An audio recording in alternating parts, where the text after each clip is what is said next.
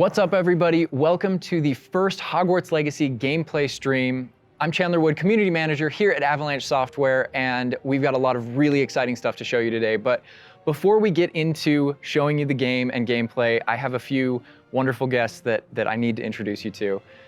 First up, we have our community guest host. He brings you the latest and greatest in Hogwarts Legacy content. He's the local Merlin conspiracy theorist. Guilty as charged, yes. One half of XpectoGO, Yeah. James Whitehead. Thanks, Chandler. Yes, I'm James Whitehead of XpectoGO, bringing you guys the latest and greatest in Hogwarts Legacy content. And I am one half of XpectoGO, the better half. My wife, Sue, represents that other half. So I'm excited to be here, and thank you, Avalanche Software, for inviting me. I cannot wait to go over this gameplay. I just got to say that. Welcome, thank you for being here. And we've got two people from the studio, just two of the many people bringing this thing together, the magic of Hogwarts Legacy. Game director, Alan Tu. Hello, everyone. And senior environment artist and Hogwarts expert, Boston Madsen. So thank you for taking time out of your very busy schedules right now to sit down with us to help us show everybody gameplay. So what we're going to be showing you today, first, the character creator, because it's your legacy, and you have to create yourself when you get into to get into Hogwarts and bring your whole authentic self to Hogwarts. So we're going to show you that character creator. Then we're going to dive into a tour of Hogwarts, and it's just a small tour of Hogwarts, right? Because Hogwarts is huge. Hogwarts is really big. So we're going to be showing you a little bit, but it's still a lot. So, and finally, ending up with combat. A little taste of combat, a little taste of how all that works. Let's go. Just a little taste, yeah. So we're excited to get there. But again, first and foremost, we need to get into this character creator. And James, with you here, we wanted to let you create this character. So Andrew, who is going to be doing all of our gameplay capture today,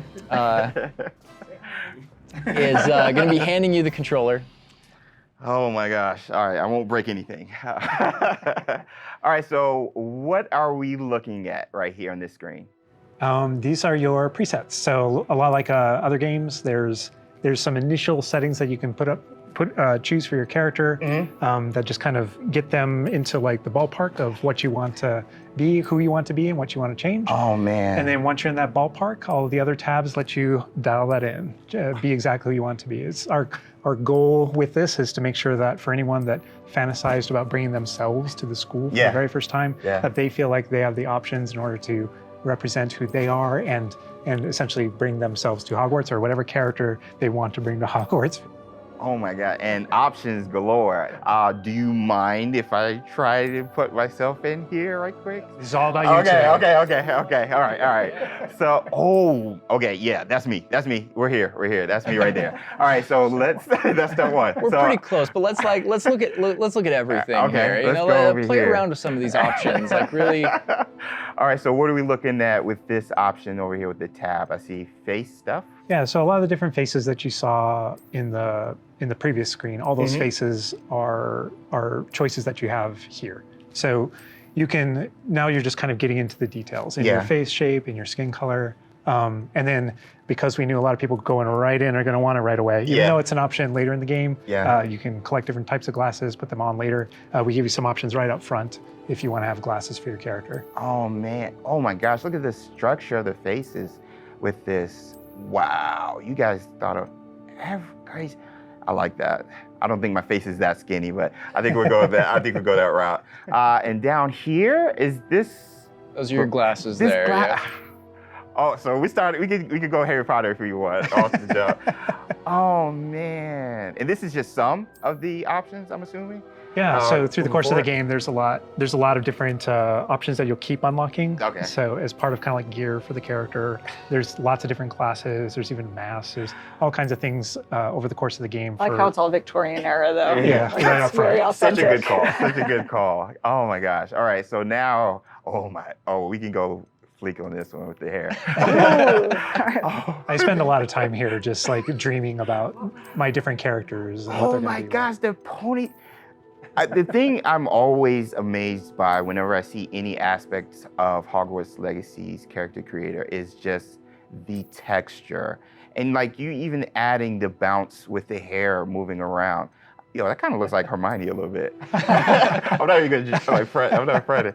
And we can just go, can I go like Tonks purple or green a little bit? Absolutely. Oh.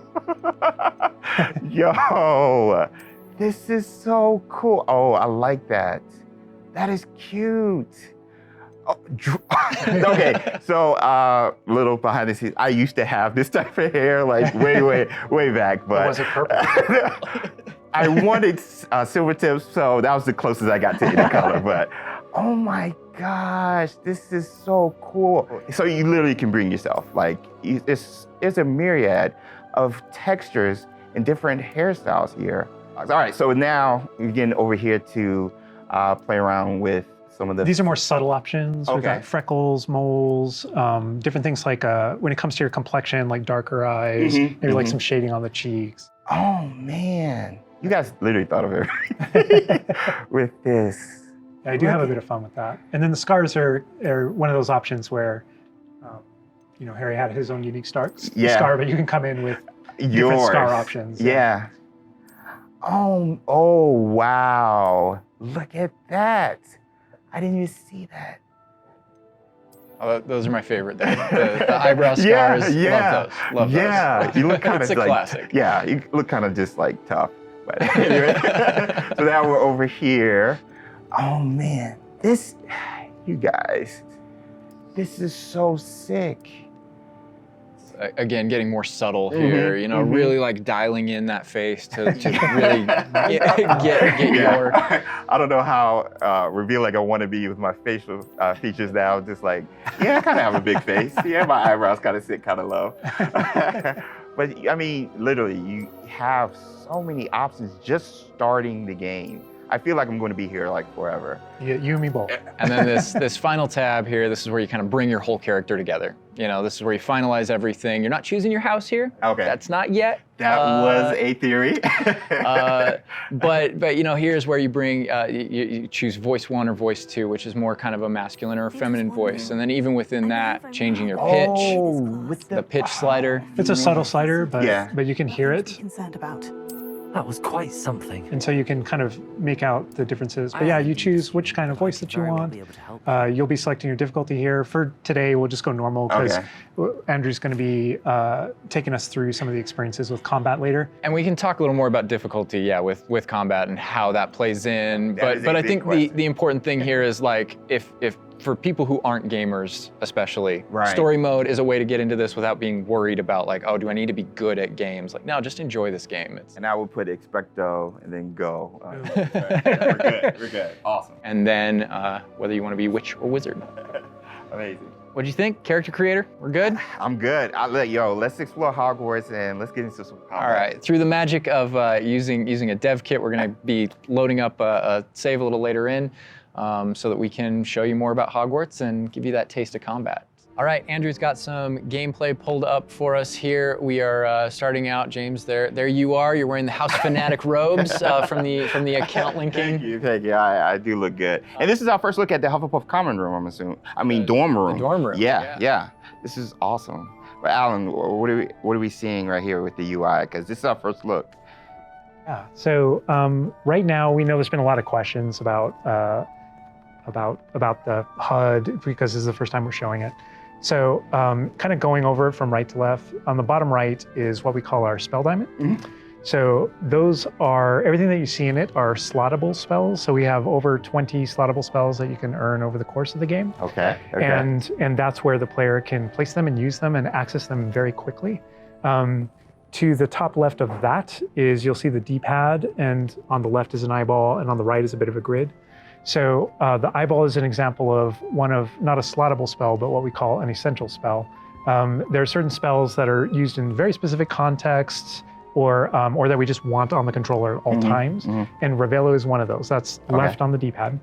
On the right on the D-pad is that grid represents where you might slot spells. And so Okay. right now, today, we're not going to be going into the spell slotting menu because we feel like there's a lot of spoilers there. You know, like what are all the spells and what can we do? I would like spoilers, but I know. understand. But we do want to make sure there's still some goodies left to share with everyone. And then on the left side, that thing that has the L1 button next to it, that's another thing where we don't want to spoil, but basically that's where you access your tool wheel. So there's a lot of magical tools that you're going to be kind of brewing and growing over the course of the game. And so that's where you would access them rapidly is our tool wheel. Okay, cool. There are a few things that I left off the table on the right. The green bar is your health, and basically there's a potion next to it. That's how you might heal. The bar above it, we're keeping a secret for now. I apologize. And all the way on the left is our mini map with a kind of overhead view of where you are currently in your common room that updates as you travel through Hogwarts and beyond out into the world. And for those fans out there that aren't a huge fan of minimaps, because we know they exist, there's also options to remove the minimap and turn on or off different elements of our HUD. Really immerse yourself. And we'll go more into the spells as we get into combat, but that's kind of that's what you're seeing there. And this is our HUD. Also, Andrew's giving us a good look over here. I want to call out. I'm a big fan of the bedside tables in the dormitories. Very nice bedside tables. They are nice bedside tables. Yeah. The honey-colored wood was mentioned in the writing. It's part of lore. It's part of lore. There we go. All right.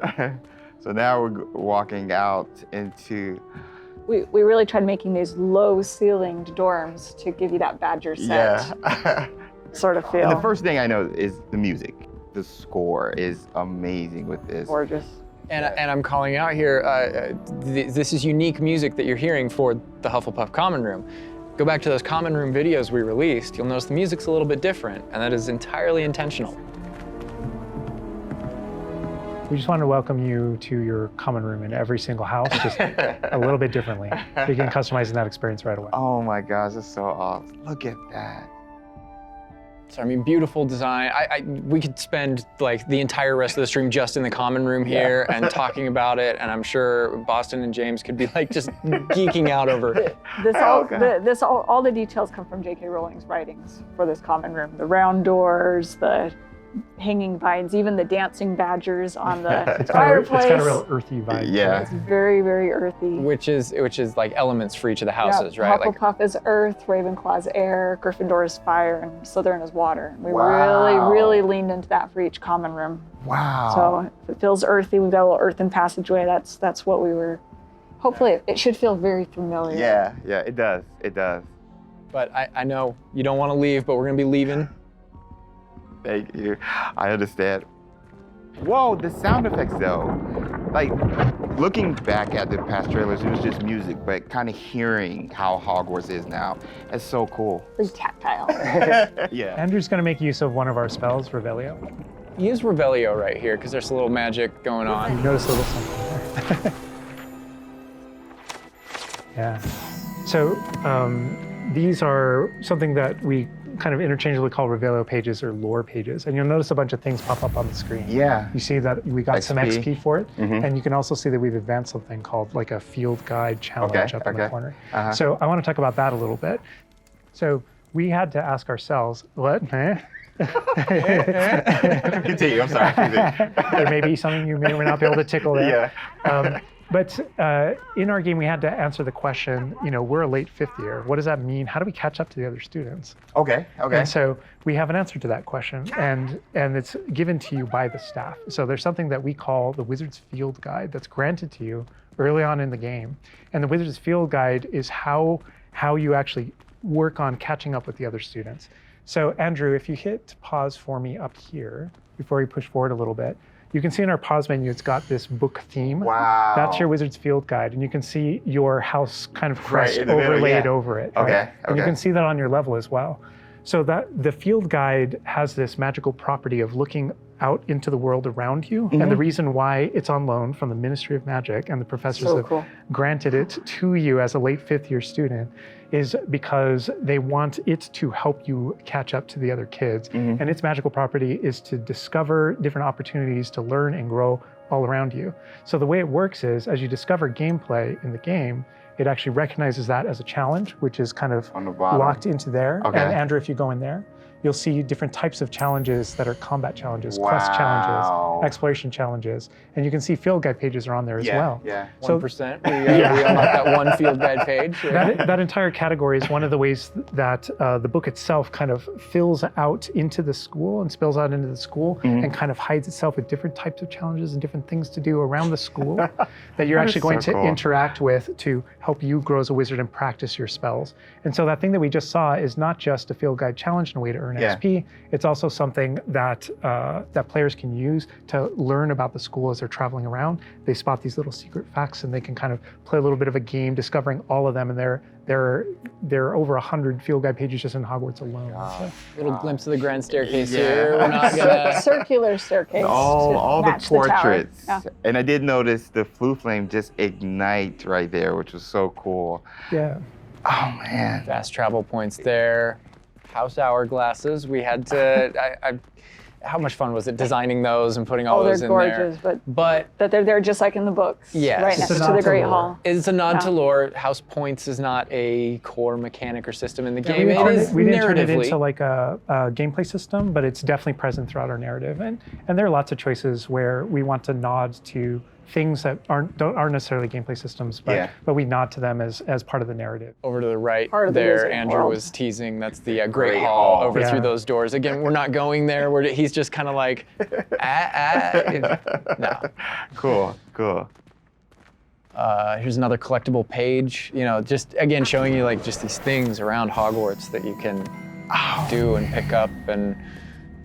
That's a shot straight from the trailer too. Just that part right there. I recognize that. We might be giving you a little fan service here with callbacks to those. So. And this must be summertime because I noticed these are the summertime windows. These windows will change with the seasons. Yeah, the detail they put into this is kind of I get surprised by it all the time. That's a sentient magic castle. So. Oh man. And we're going out. Look at that. This is where the students would normally kind of congregate just to kind of chill out, play, meet each other outside the Great Hall before and after meals. And I love the way that when the castle interconnects to, that it interconnects outside, inside. There are pathways on both sides of things, so you really get a sense of scope to how big this castle is. And when you see things, like you'll notice a bridge over there, that's a place you can go to and cross. Like everything that you see is a place that you can visit. Wow. We put a lot of effort in making it feel really alive. Not just with student population, but even just the greenery and stuff. It's Scotland. Yeah. And this castle's been here for hundreds of years, so just kind of the moss and all the trees that have overgrown it, and Oh my gosh. that landscape, that This Scottish. location might look a little familiar to you. I thought I recognized it. I believe this is from the Spring ASMR, and yes, so that puzzle right there, that view, Andrew is taking us right back to I am going to tell Andrew not to interact with that puzzle and to keep moving on. No. We can't spoil everything. We can't give you everything, right? Hogwarts contains a lot of secrets. Oh my God. But this is this grand entryway right here coming down into a really kind of central area. Yeah, we're coming upon the central hall, and we pointed out the greenhouse outside, and we'll notice when we get down there that it's on the right. This is a big hub of the school. Like it's a big castle, but it is designed so you shouldn't get very lost. This is kind of a grand central station.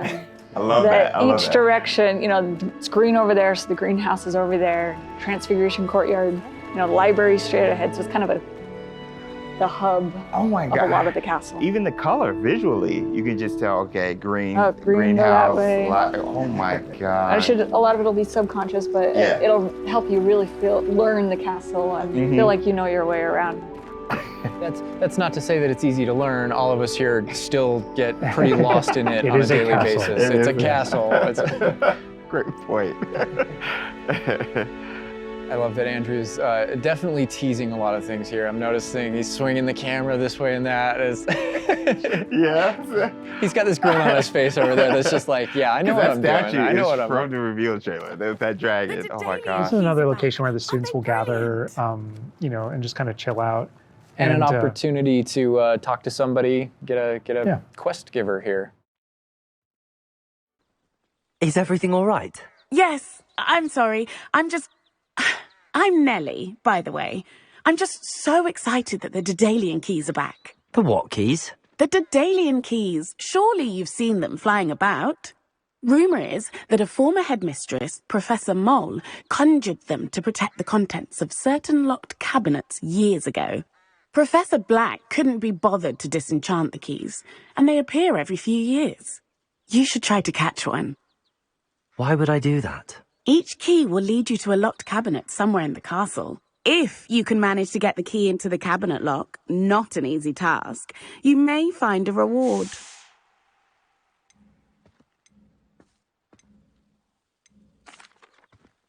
Perhaps I'll give it a go. I hope you do. In fact, I think I heard one of the keys in the astronomy tower. You should listen for them.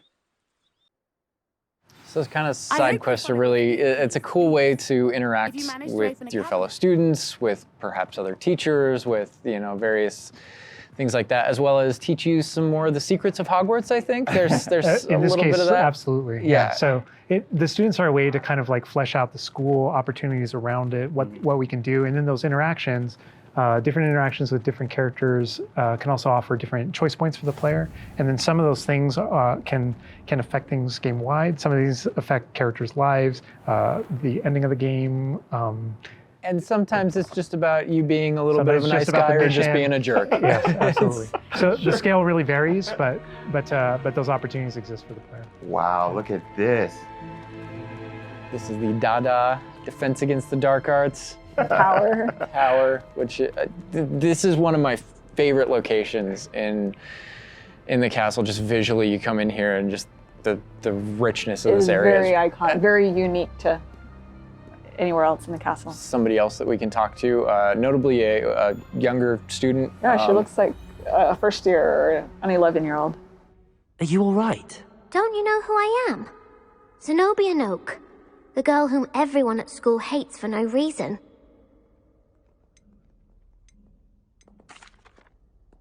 Everyone hates you. Why? Because Hogwarts is full of bullies and spoilsports.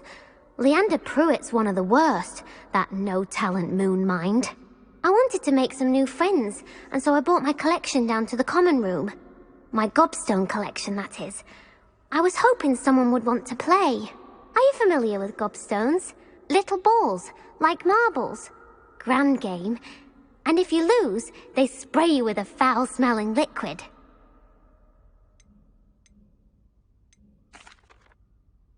I haven't much interest in a game that sprays you with odors. Only if you lose, which I never do. Or at least, not often. People can be so cruel. Just because they're sprayed all over with smelly gobstone spit, it's their own fault for losing. Imelda is one of the worst losers. Everett and Astoria are terrible as well. And now those poor losers have taken my gobstones and hidden them in very high places all over the school.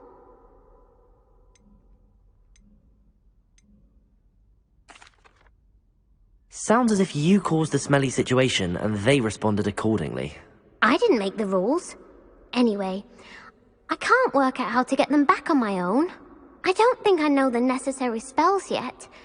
I need someone, perhaps a selfless and talented 5th year to help me.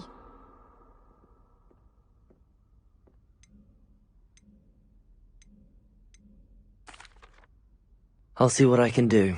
I'd appreciate the help. If you do find all of my gobstones, do come and see me again. I'll be back to playing Snake Pit and Jackstone by myself in no time. I love that interaction with her because there's so many ways that you can go with that. You can you can feel for her. You can be a jerk to her. You can be like, gobstone sounds awful. It sounds like you're just mean. Yeah, and your opportunities to be mean there aren't over. So, they continue. That's a good example of the gobstones too. I know people are gonna ask, gobstones playable? They mentioned it, right? Yeah. Gobstones is one of the things that is not playable in the game. I know we've had to rip the Band-Aid off on a few things.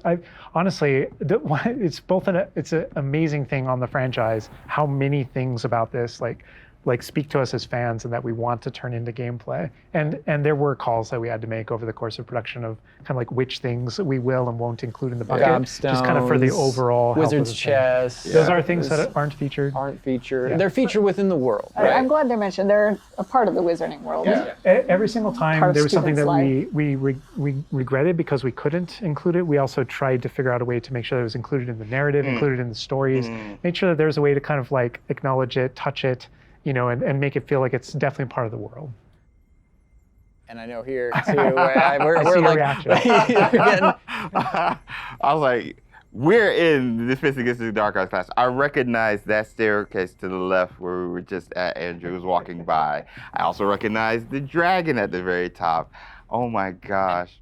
Being in a classroom, I think this is a good opportunity to talk about how classes work, because we've gotten a lot of questions about that. Is it a schedule-based system? Is it so tell us how classes work? Yeah, so ultimately decided not to go the sim route. So I think like one of the speculations was, is there time of day and you know, that kind of thing. Like, can I miss class at this time of day? There is a day-night cycle. Yeah, there is a day-night cycle, but everything is very narrative-based, and so there's a big mystery going on in the world. There's something happening in the narrative, and we essentially see it as kind of like chapters in that narrative. Each chapter of which has a set of missions that you can choose between as you're progressing through the game, and classes fit within that structure. So there are mainline things that the players have to do, and then classes also appear on the sides as well as optional things that help you advance your spells. It's absolutely true that classes provide all of your major tools throughout the gameplay, your spells, your major abilities. You get to know the professors. Each one of them has these bespoke kind of events and moments in those missions. And then there are also additional opportunities outside of that through kind of like side classroom missions, essentially, where you can learn additional spells or things that you need in your adventure and also get to know the professors better. And I just want to call out something that Andrew's been kind of showing off, ways to kind of interact with the environment and just engage with the world. And, you know, maybe down there he's sipping some tea with the Victorian high, you know. high society. High society. And it's no wonder you like this area because we built it for like the purebloods and the Slytherins. Oh, come on. Well, like, speaking of lived in, like, the sound effects again, the chatter of the communication that's happening and the footsteps, like, it just makes it feel more alive. Little events like that, the brooms going I by just saw a broom overhead. go by. Love that. The data tower was one example, but no two hallways should look the same in Hogwarts. It has a lot of personality. Every hallway should be a little bit different, and that's mostly to help orient the player, help you not get lost. But this is Hesperus Hall. That's a little nod from the Marauders, a name that came from the Marauders map. But every hallway will have a little bit of a different personality and personality. I like that because it does like Hogwarts has character. Hogwarts is its own character no matter where you go. Yeah. Feels just a little bit different. Yeah. a sentient castle full of magic for hundreds of years. It's going to kind of grow full and of, develop. Oh, I heard something. Yeah. Speaking of characters. Speaking of magic, Mr. Magic himself. I feature Poltergeist too. You know, we talked about building on lore too. I know there's that statue over to the side. That's Do you know who that is? Lachlan the Lanky, Yeah, and he's got his Bowtruckle friend. And I think if players don't know, there's another Revelio page there. Yeah, there's a map of Argyllshire. We know the fat lady hides there. Hides behind it. That's right. The third book. But sometimes a hallway has personality by how it looks, or we just passed a music hallway where the portraits have kind of taken it over, and so the sound makes it really unique.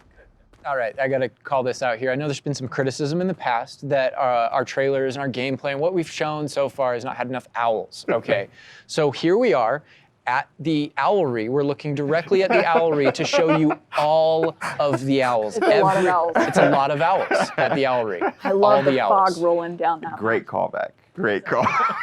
No, I also love that as I one of my favorite things about just kind of going around on the outside of the school is that all those things that I see are places that I can go to, that I can visit. I just love that sensation knowing that is real. That lovely Scottish countryside.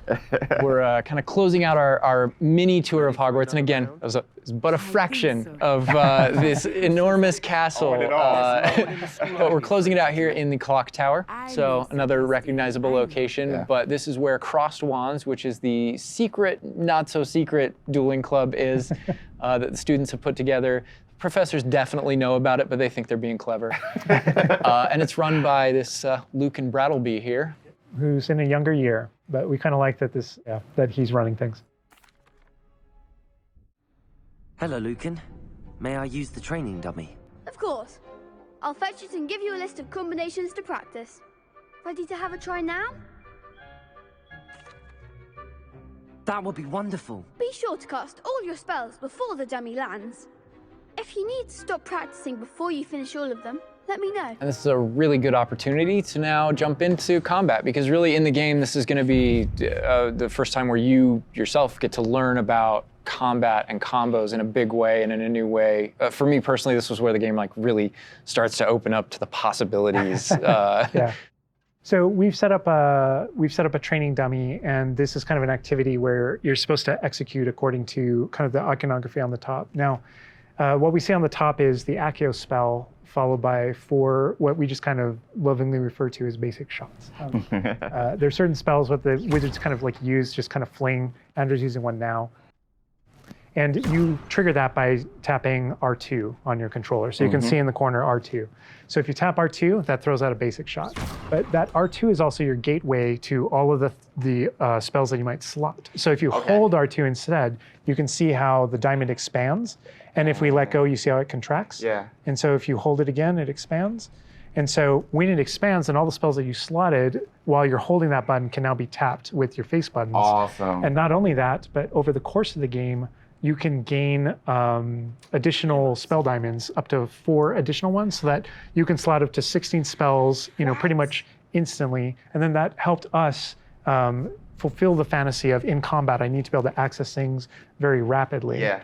And so you learn over the course of these events, how to juggle not just the spell casting, but also it reinforces an understanding of another feature of the wheel, which is their cooldowns. So as you're casting spells, just to make sure that you're not just kind of like repeatedly using one thing over and over and over again, you can see cooldowns on the spells that he's using on the wheel. And then as you progress through the game, there are different things that can affect things like cooldowns through your talents, different things that allow you to kind of like juggle and adjust and update those things. And so if you hold down R2 and you tap the D-pad, it will switch between your other diamonds if you've unlocked them. And that's how you access all those. Oh, man. It looks like we're about to get some action over here. Yeah. So this is a great way to kind of learn how to pull things together, So you pull those combos right together. Here. Yeah. Tap, Accio, tap, tap, tap. Awesome. Well done, Andrew. And that's just against the dummy, but I mean... I'd say that's enough practice. You looked good out there. Thank you, Lucan. I say better to discover one's weaknesses during practice than during a duel. You'll be a fearsome challenger now. I think now we can take on something a little more challenging. It's going to shoot back. Now let's talk about some more features of the combat system. Hello, Lucan. Is the next round of Crossed Wands all set? Why, yes it is. I've got a great match lined up. Ready for another round? We're on a PS5 dev kit here, so we're going to be able to kind of pause I'm the ready. action Yeah. and talk about what you're seeing on the screen, because there's about to be a lot going on. Okay. All right, here you can select if you want to fight with somebody else, some of your the other classmates. students. Yeah. But in this case, we're not. We want that action to feel a little more frantic towards you to really get you that sense of combat. So apparently you've got quite the reputation because they've got you up against 3 people. 3, yeah. Off the jump. So I can explain this just because I know people are going to go into it, but we can probably just kind of jump in. So you're not the only one that has Protego and the ability to deflect. The enemies do too. And we actually play with that when it comes to the spell casting. So you notice that there are different colored kind of shields around the different characters. And you also notice that your spells have different colors on them.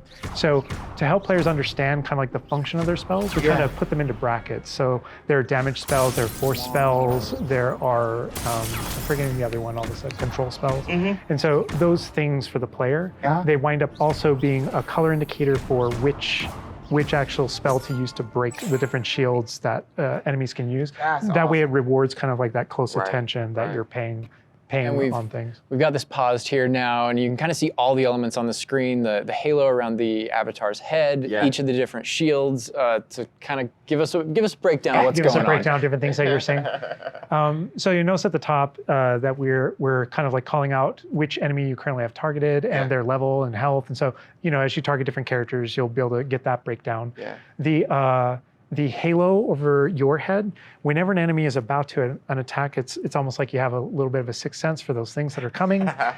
If you see the halo, it means there's an incoming attack, and if you tap the triangle button by default, then that you'll be able to deflect that attack that comes in and off with your take. And I love that deflect where it goes off and like hits things up and kind of breaks things off walls too. But also, if you hold the button, then it doesn't just deflect. It also deflects and turns around with a counter attack stupefy that actually stuns the enemy. And you can use that even in your combos and stuff. So if you're focused on a character, you know, and you're doing your thing, and someone else attacks you, you can actually turn that attack into a direct attack on the person that you're comboing. Back into gameplay here. Andrew's gonna pretty handily finish these other students off here, win this duel. How fast it is. It's like a dance. Yeah, we really felt like in the movies, there's almost like a, it's kind of like there's this element of kind of like fencing from a very great distance. That's such a good call. And there are a lot of things that we had to do with our controls and combat system in order to kind of capitalize on that idea that's pretty unique to the Wizarding world. Understandable. Yes. Well, perhaps you should try that next time. The other duelists have already taken notice of you, but after that last round, they'll really have it in for you. You'd better keep practicing if you want a chance at winning, or at least surviving the next round. I'll let you know when we're ready. Hope to see you then. The next round is for all the gobstones, so to speak.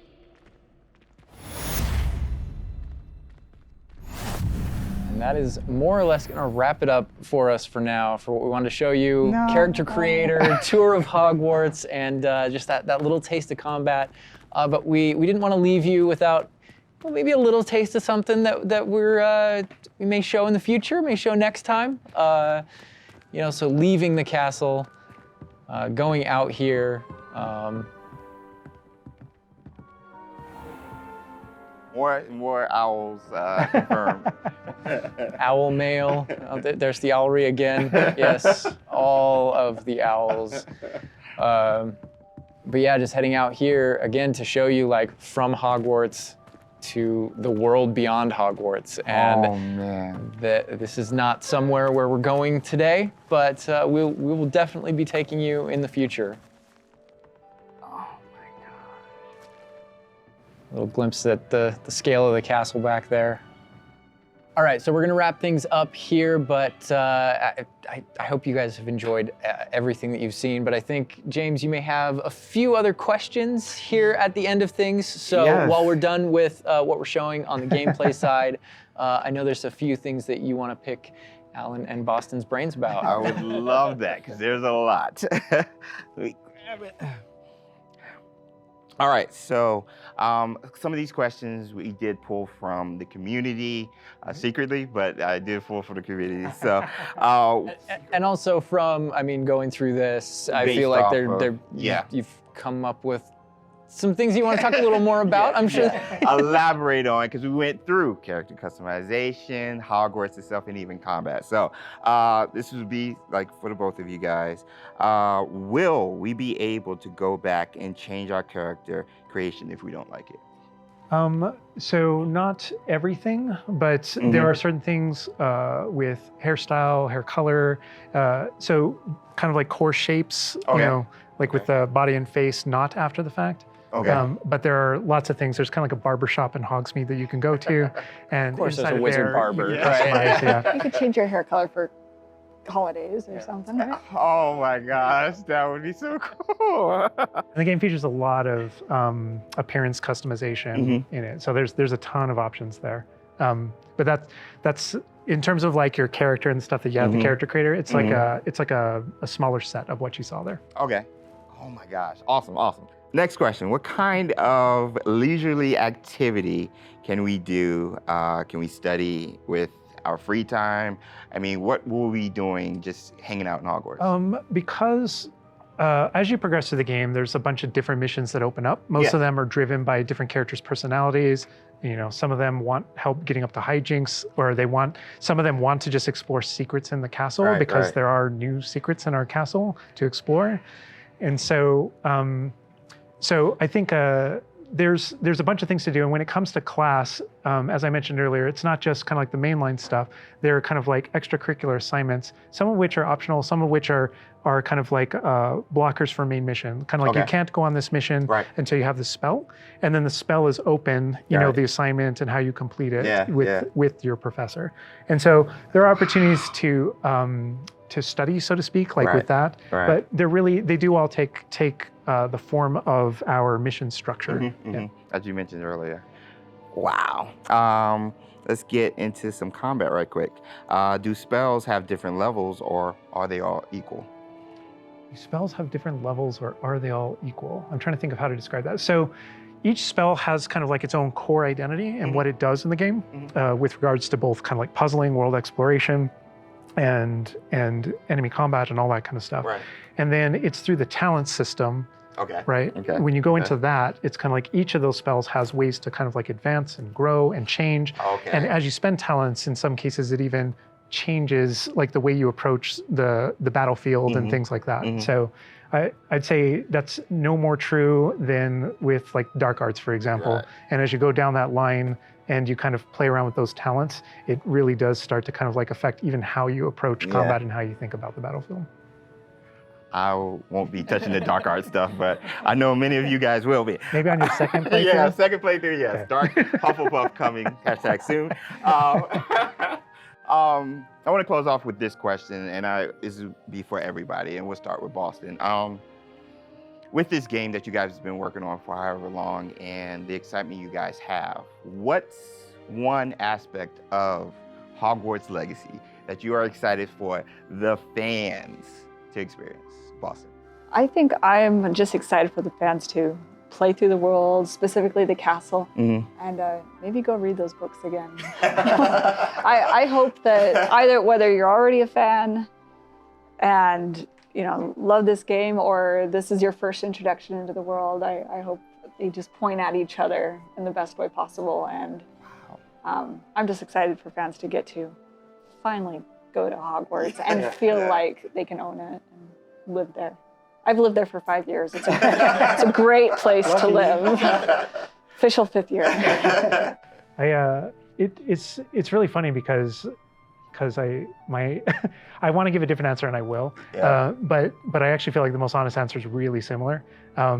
Because my favorite thing when running around, playing the game, and getting to know Hogwarts the way Boston knows it, because she knows the school and the lore better than I do, and thank God, right? Because you want the person architecting it to really know that. But when I rewatch the films or I'm rereading passages from the books, there's a different relationship to those things having played the game. And so it's really looking over the edge and seeing location. I'm like, oh my God, I'm right there. And in the movie saying, I know what's around that corner in the film. Like if you go down this way, there's actually a thing over here, and there's this person over here, and this thing happened, and it just adds all this richness to everything that you already love. And not just that, but you're going to add your own story. So you know what happens around that corner because you did something. And then the quick answer, just to have something different, is I just love being on a broom.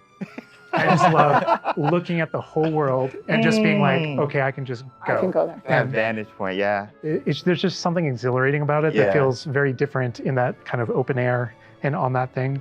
It's just like, it's kind of incredible. And wrapping it up, you know, for me, it's just bringing the community together with it and sharing those stories, because it is your story, and you are going to be writing. You know, this is your unique experience within this, and even within the things that are the same, it's going to be your unique experience. It's different from mine. It's different from. We're all approaching it from different places, and I think that's going to be really cool, the way that everybody brings those things together. All right, and that's everything that we have to show you today. I know maybe it wasn't everything you wanted to see, but it was a whole lot of stuff. Character creator, a little mini tour of Hogwarts there, just a small part of it, a little bit of combat. And we do have some more stuff coming up for you in the future. Hogwarts Legacy releases on February 10th, 2023, and is available for pre-order now. But that's gonna do it from us. We're gonna leave you with a little something else, but for now, bye. Bye.